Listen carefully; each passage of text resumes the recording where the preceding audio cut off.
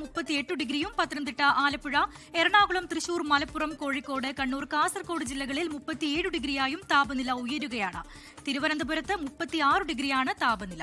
ഇതിനിടെ സംസ്ഥാനത്ത് വൈദ്യുതി ഉപഭോഗം 6000 മെഗാവാട്ട് കടന്ന റെക്കോർഡിലും എത്തിയിട്ടുണ്ട്. വിവരങ്ങളുമായി വിനേഷ് കുമാർ തിരുവനന്തപുരത്ത് ചെയ്യുന്നു. വിനേഷ്, പൊട്ടിപ്പൊളിയുകയാണ്, നല്ല വെയിലാണ്. വെയിലത്ത് ഒരു ഭാഗത്ത് വലിയ ചൂടിൽ നട്ടം തിരിയുമ്പോൾ മറുഭാഗത്ത് അതേപോലെ തന്നെ വൈദ്യുതി ഉപഭോഗം കൂടിക്കൊണ്ടിരിക്കുകയാണ്. എങ്ങനെയാണ് ചൂടിന്റെ മുന്നറിയിപ്പുകൾ? എത്തരത്തിലാണ് വൈദ്യുതി ഉപഭോഗം സംബന്ധിച്ച കണക്കുകൾ? ആവശ്യത്തിന് വൈദ്യുതി ഉണ്ടോ? ഇനി വൈദ്യുതി ഉൽപ്പാദനം ആഭ്യന്തരമായി കൂട്ടാൻ എന്തൊക്കെ നടപടികളിലേക്കാണ് പോകുന്നത്?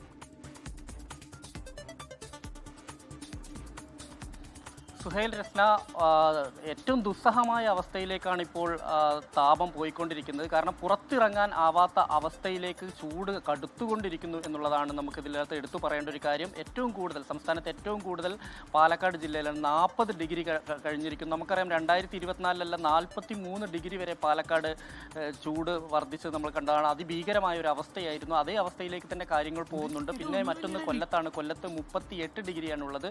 അതിനുശേഷം മറ്റുള്ള ജില്ലകളിലേക്ക് വന്നു കഴിഞ്ഞിട്ടുണ്ടെങ്കിൽ 37 ഡിഗ്രി വരെയാണ്.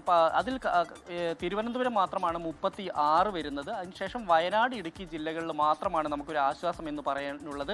പരമാവധി ആളുകൾ ഈ AC പോലുള്ള AC-യും അതുപോലെ തന്നെ ഫാനും ഏറ്റവും കൂടുതൽ എയർ കണ്ടീഷൻ ഉപയോഗിക്കുന്നു എന്നുള്ളതാണ്.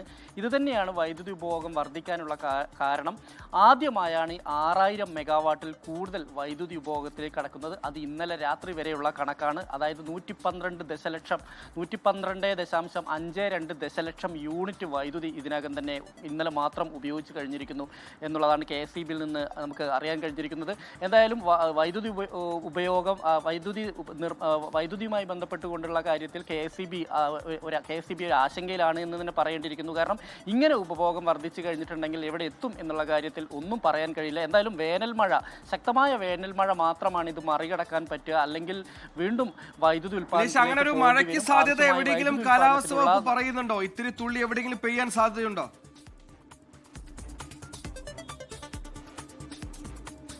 കഴിഞ്ഞ ദിവസം പറഞ്ഞിരുന്നു വേനൽമഴ ഉണ്ടാവും, ഇടവിട്ടുള്ള വേനൽമഴ ഉണ്ടാവും എന്ന് പറഞ്ഞിരുന്നു. പക്ഷേ കഴിഞ്ഞ കുറച്ച് ദിവസങ്ങളായി ഒരാഴ്ചയ്ക്കിപ്പുറം അങ്ങനെ വേനൽമഴ കാര്യമായിട്ട് എവിടെയും ലഭിച്ചിട്ടില്ല എന്നുള്ളതാണ് എടുത്തു പറയേണ്ടത്. ഒരു 10 ദിവസം മുമ്പ് വരെ മിക്കവാറും പലയിടങ്ങളിലും ഇത്തരത്തിൽ വേനൽമഴ ലഭിച്ചിരുന്നു. അത് വലിയ ആശ്വാസകരമായിരുന്നു. രാത്രിയിൽ ഉറങ്ങുന്നതിനും മറ്റുമെല്ലാം തന്നെ വലിയ ആശ്വാസമായിരുന്നു. കാരണം എയർ കണ്ടീഷൻ ഇല്ലെങ്കിൽ രാത്രി വീടിനകത്ത്, പ്രത്യേകിച്ച് കോൺക്രീറ്റ് വീടിനകത്തൊന്നും ഉറങ്ങാൻ പറ്റാത്തൊരു അവസ്ഥയാണുള്ളത്. പ്രധാനമായും ഈ പ്രകൃതി ദുരന്ത നിവാരണ വിഭാഗവും കാലാവസ്ഥാ ഗവേഷണ വിഭാഗവും എല്ലാം പറയുന്നത് നമ്മൾ അയഞ്ഞ വസ്ത്രങ്ങൾ ധരിക്കുക, അതുപോലെ തന്നെ പരമാവധി ഇളം നിറത്തിലുള്ള വസ്ത്രങ്ങൾ, കോട്ടൺ വസ്ത്രങ്ങൾ പരമാവധി ധരിക്കുക, ഒപ്പം തന്നെ ഇടവിട്ട് വെള്ളങ്ങൾ കുടിക്കുക, അതുപോലെ തന്നെ ഈ കൂടുതൽ എണ്ണയുള്ള പലഹാരങ്ങളും മറ്റും ഒഴിവാക്കുക ഉൾപ്പെടെയുള്ള കാര്യങ്ങൾ തന്നെയാണ് പറയുന്നത്. എന്തായാലും ഒപ്പം തന്നെ രാവിലെ 10 മണി മുതൽ 3 മണിയുടെയും 10 മണിക്കും 3 മണിക്കും ഇടയിൽ പരമാവധി പുറം ജോലികൾ ചെയ്യരുത് എന്നുള്ളൊരു നിർദ്ദേശം കൂടി സംസ്ഥാന സർക്കാർ മുന്നോട്ട് വെച്ചിട്ടുണ്ട്. പക്ഷേ കെട്ടിട നിർമ്മാണം മറ്റു കാര്യങ്ങളെല്ലാം തന്നെ ഇപ്പോഴും നടക്കുന്നുണ്ട് എന്നുള്ള കാര്യം എടുത്തു പറയേണ്ടതാണ്. എന്തായാലും ഇന്നലെ ഈ ചൂട് വർദ്ധിച്ചത് കാരണം ഇന്നലെ കച്ചവടത്തെയും, അതായത് ഈ വിഷുവിൻ്റെ തലേന്ന് നമുക്കറിയാം ചന്തകളെല്ലാം സജീവമാകാറുണ്ടായിരുന്നു. പക്ഷേ ഇന്നലെ വേണ്ടത്ര കച്ചവടങ്ങളൊന്നും നടന്നില്ല എന്നുള്ളൊരു വിവരം കൂടി ഇപ്പോൾ നമുക്ക് ലഭ്യമായിട്ടുണ്ട്. സുഹൈൽ,